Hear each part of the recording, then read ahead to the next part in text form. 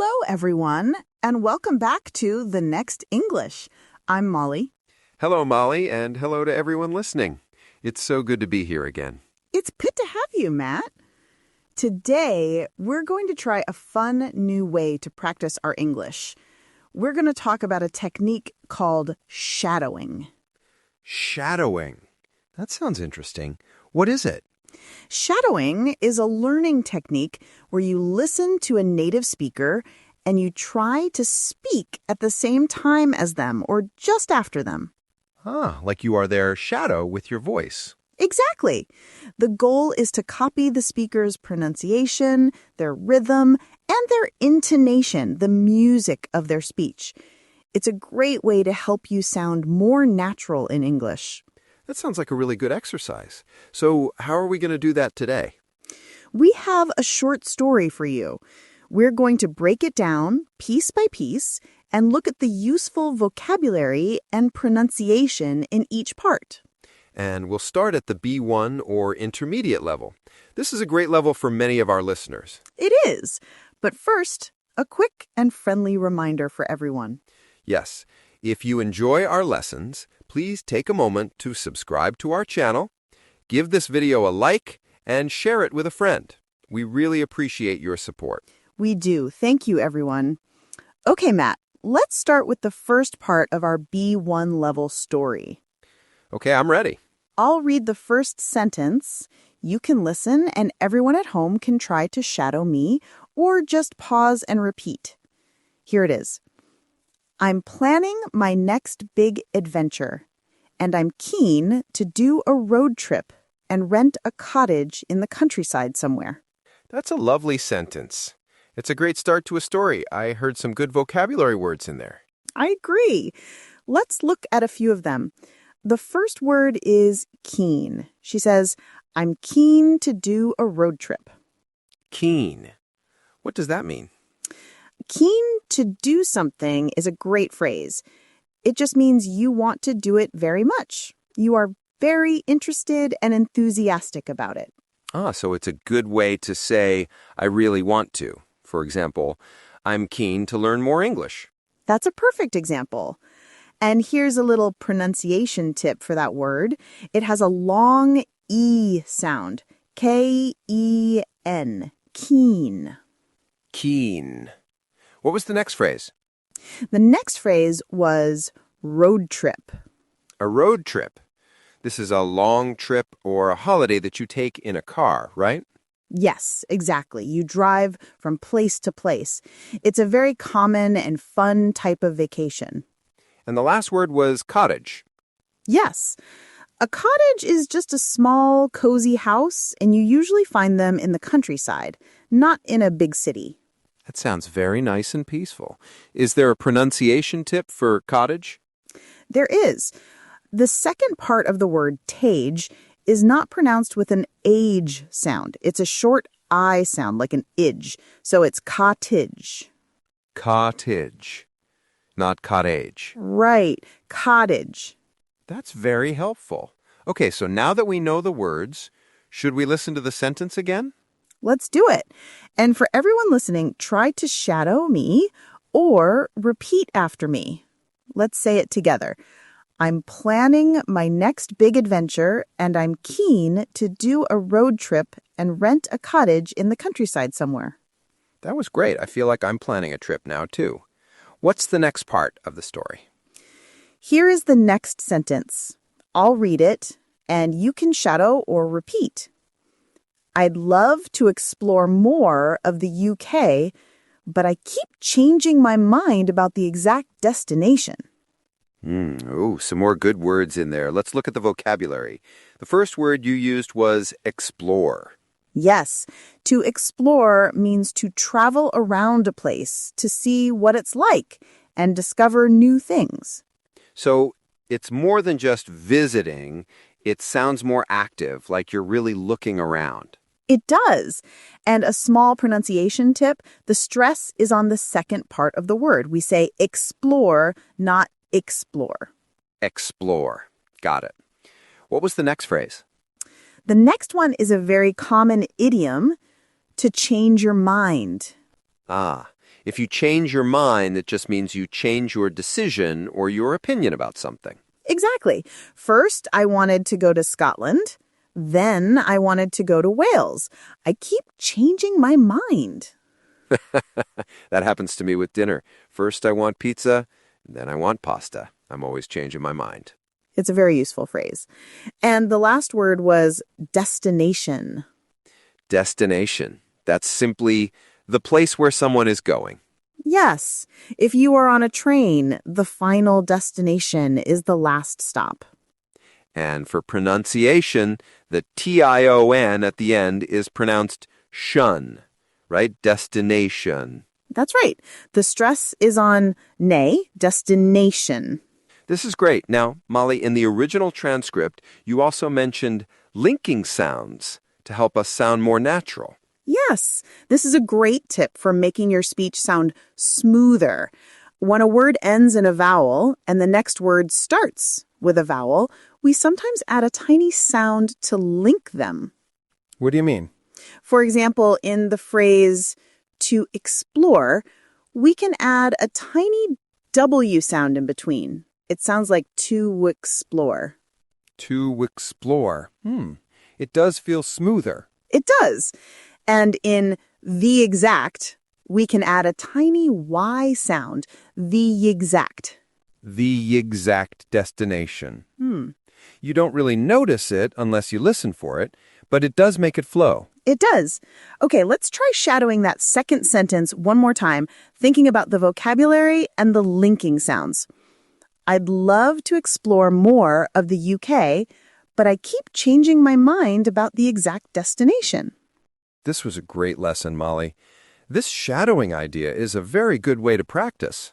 It is. You get to practice new vocabulary, pronunciation, and the natural rhythm of English all at the same time.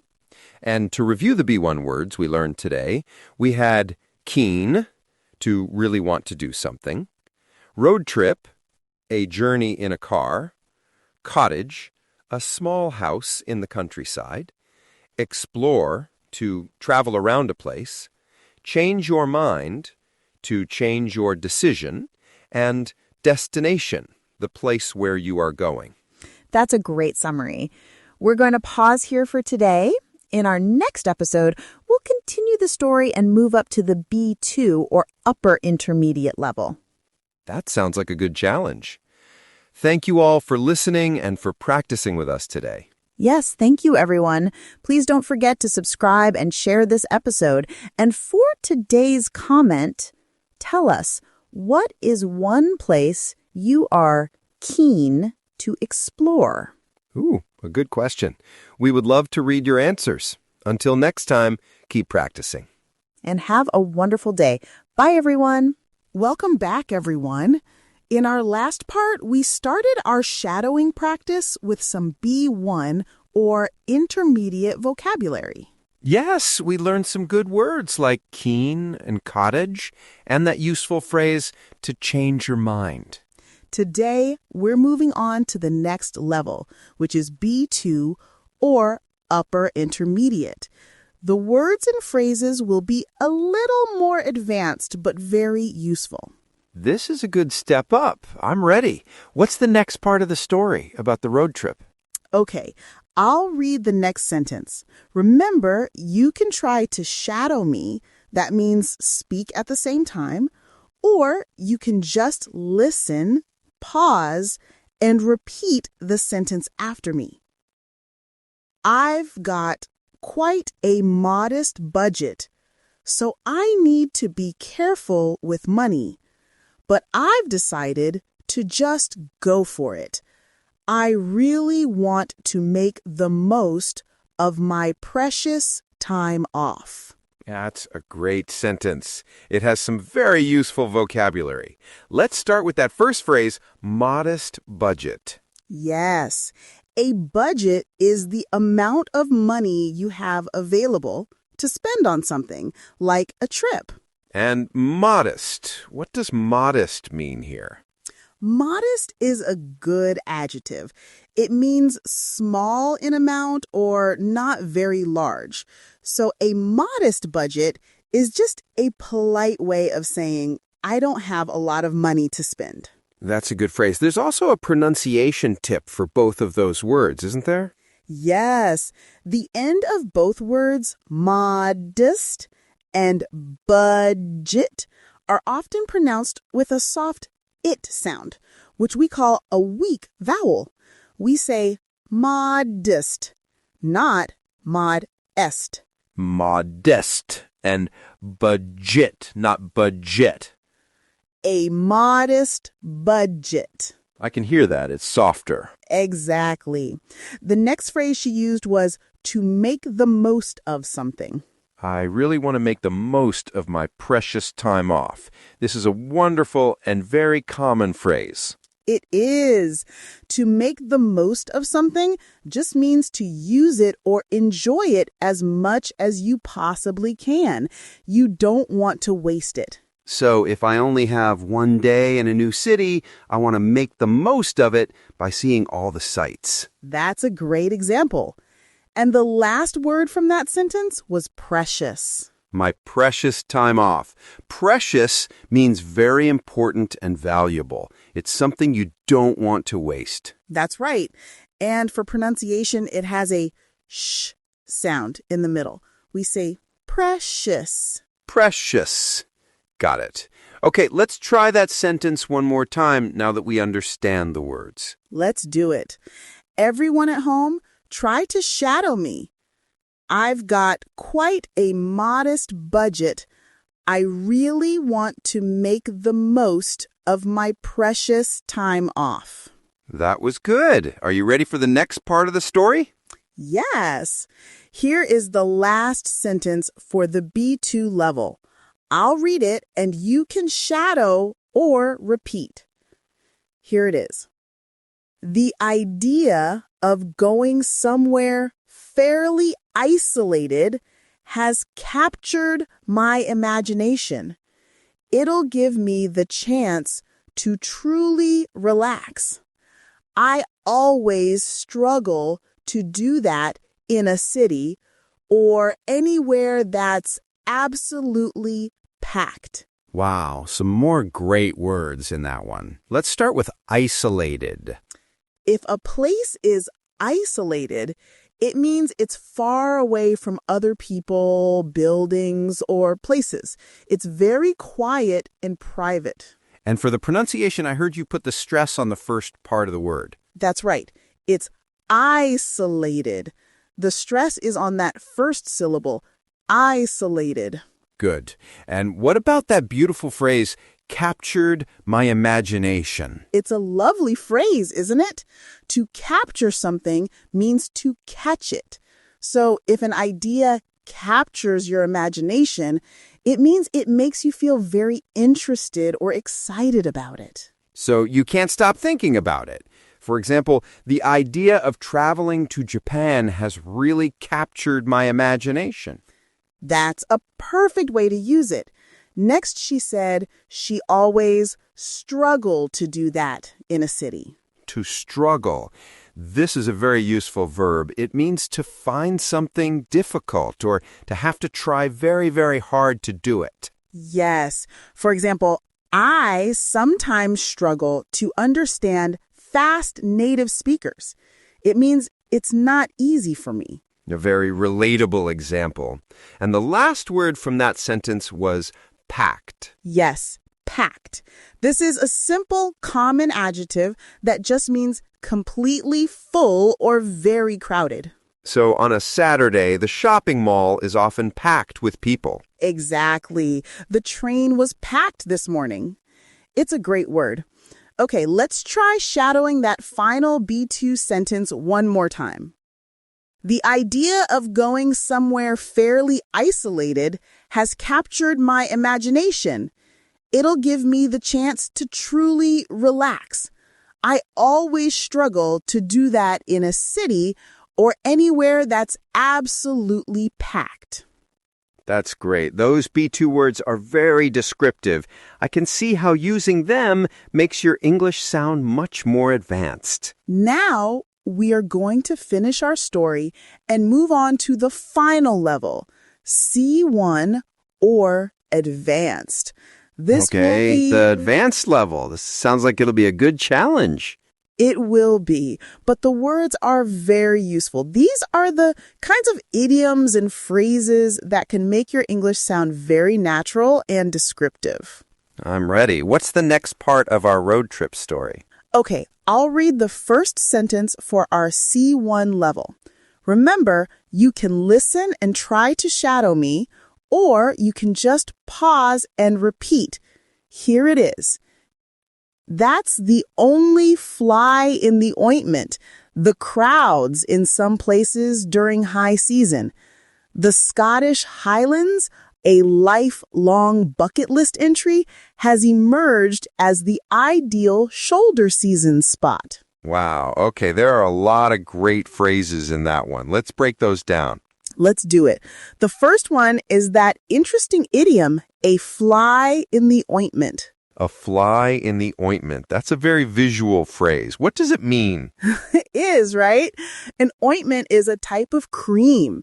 So if you have a nice jar of cream and a fly lands in it, It spoils it. exactly. So a fly in the ointment is a small problem or disadvantage that spoils something that is otherwise very good.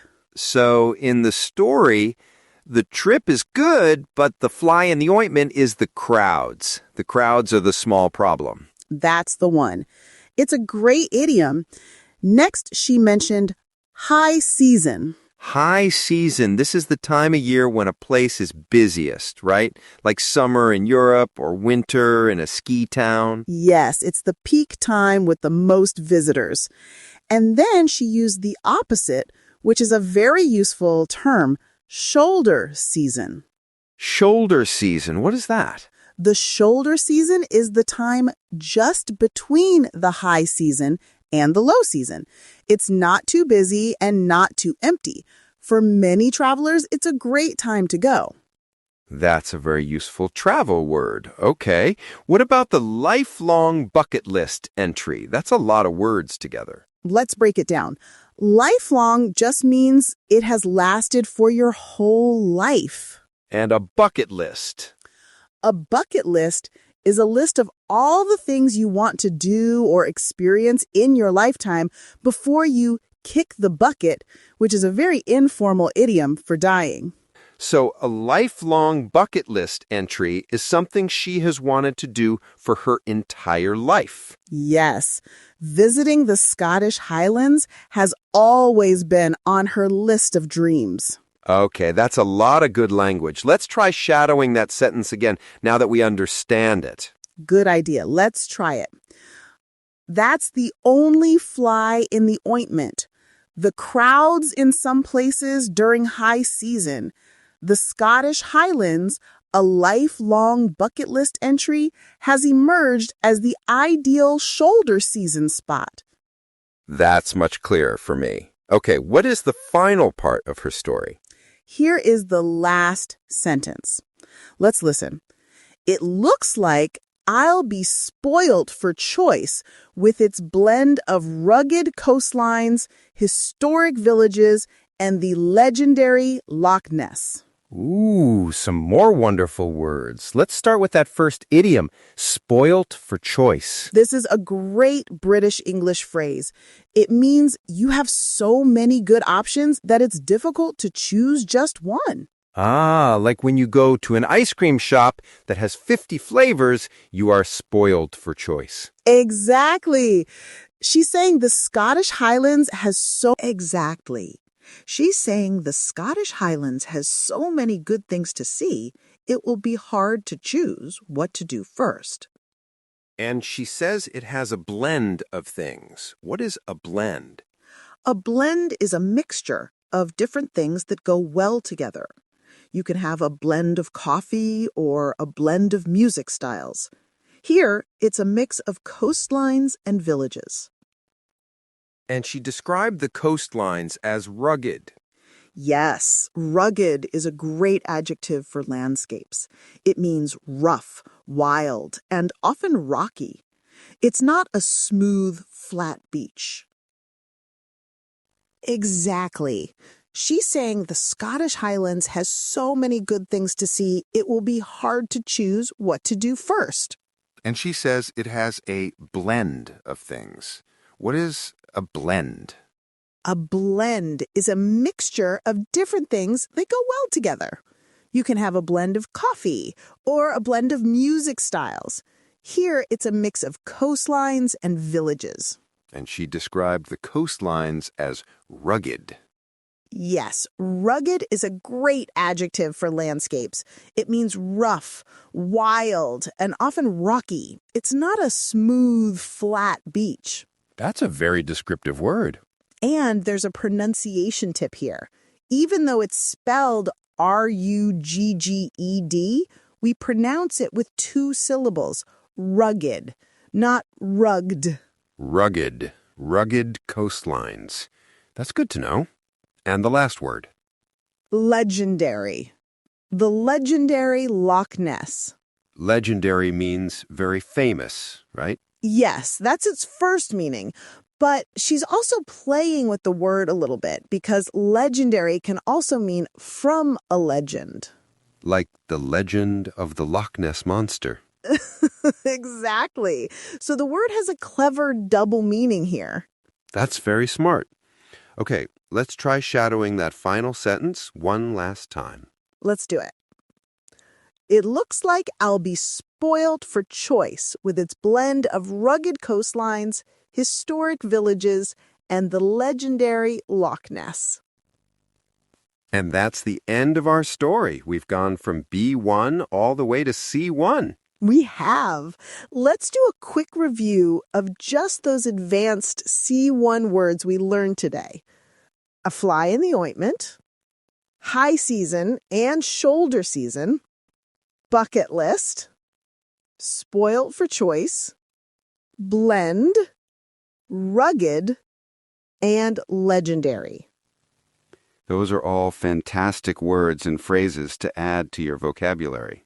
They are, and that brings us to the end of our 5-day shadowing challenge series. We hope you've enjoyed practicing your vocabulary, pronunciation, and rhythm with us. It was a lot of fun. And for everyone listening, remember that shadowing is a great way to practice. You can do it with any audio you like, a podcast, an audiobook, or a movie. That's right. Thank you all so much for listening and for completing this challenge with us. Yes, thank you. Please don't forget to subscribe and share this series. And for our final comment question, what is one thing on your bucket list? Ooh, I love that question. We can't wait to read your answers. Until next time, keep practicing. And have a wonderful day. Bye, everyone.